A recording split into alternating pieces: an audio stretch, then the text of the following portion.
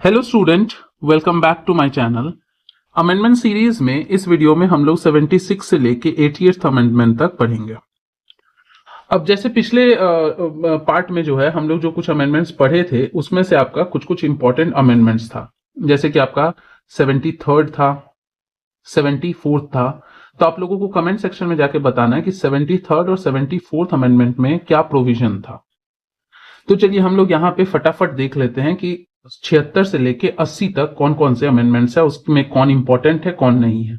जो इंपॉर्टेंट बता रहे सिर्फ आप उसको ध्यान में रखिए, बाकी चीजें जैसे पंजाब में इससे 3 साल बढ़ा, 2 साल बढ़ा, 6 महीना बढ़ा, वो सब आपको याद नहीं रखना, या किससे आपका रेंट ट्रिब्यूनल आया, इलेक्शन ट्रिब्यूनल आया, वो सब नहीं याद रखना। लेकिन हाँ, जहां पे आपका हाई कोर्ट, सुप्रीम कोर्ट या फिर प्रेसिडेंट या फिर वाइस प्रेसिडेंट या फिर प्राइम मिनिस्टर, किसी से लेके बहुत इंपॉर्टेंट प्रोविजन है। अब सैलरी बढ़ा नहीं बढ़ा, जैसे सुप्रीम कोर्ट का सैलरी बढ़ा और कहा कि आगे फ्यूचर भी कंटिन्यू करेगा, तो ये सब ध्यान में नहीं रखने का जरूरत है। जैसे 76 अमेंडमेंट है, अब ये इंपॉर्टेंट हो जाता है जब हम लोग पढ़ेंगे ना, वहां पे फंडामेंटल राइट्स वगैरह भी पढ़ेंगे, रिजर्वेशन का प्रोविजंस पढ़ेंगे, तो वहां पे यहाँ पे ये चीज पढ़ना होगा कि जैसे 76 अमेंडमेंट के तहत क्या है ना, कि जो तमिलनाडु रिजर्वेशन एक्ट था उसमें 69%, जो इंदिरा साहनी केस था 50% का कैप लगाया था, उससे कहीं ज्यादा यहाँ पे रिजर्वेशन का प्रोविजन लाने के लिए किसमें डाल दिया गया, 9 शेड्यूल। क्योंकि जब तक आपका क्या है कि जो ये था क्या कहते हैं, केस नहीं हुआ था 1997 में, उससे पहले तक तो क्या था ना कि 9 शेड्यूल एकदम इम्यून था, उसके ऊपर कोई जुडिशियल रिव्यू नहीं हो सकता था। तो ये आपाधापी में इस चीज को डाल दिया गया कि भाई हम 69 करें या 79 करें या 100% करें, कोई जुडिशियल रिव्यू तो होगा नहीं। तो ये चीज थोड़ा इंपॉर्टेंट है, इसलिए यहाँ पे हम स्टार मार्क कर देते हैं। उसके बाद आता है 77th अमेंडमेंट।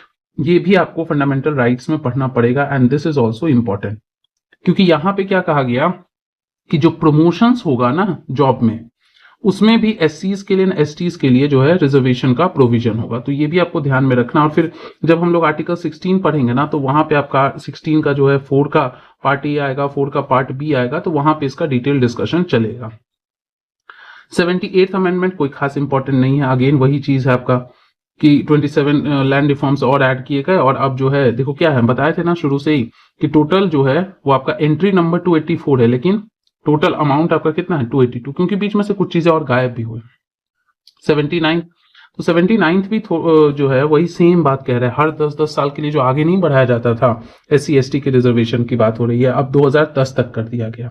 तो शुरू में हुआ क्या था, 1950 के आसपास ये कहा गया था कि 1960 तक कंटिन्यू करते हैं, हालात सुधरेगा हटा देंगे। लेकिन चीजें आप जानते हो गवर्नमेंट में जैसे काम होता है, ये चीजों को थोड़ा सा 10 साल की चीज को 100 साल तक में हम लोग अचीव कर ही लेते हैं।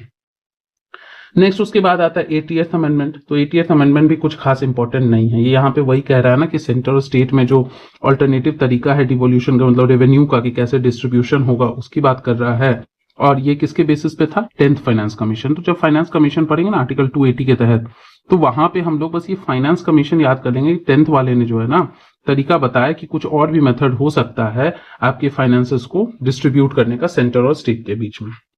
तो इस वीडियो में इतना ही, मिलते हैं अगले वीडियो में। तब तक के लिए पढ़ते रहिए, लाइक कर लीजिए वीडियो को, अगर कुछ कमेंट करना है तो कमेंट कर लीजिए, और सब्सक्राइब नहीं किया तो सब्सक्राइब कर लीजिए। Thank you everybody.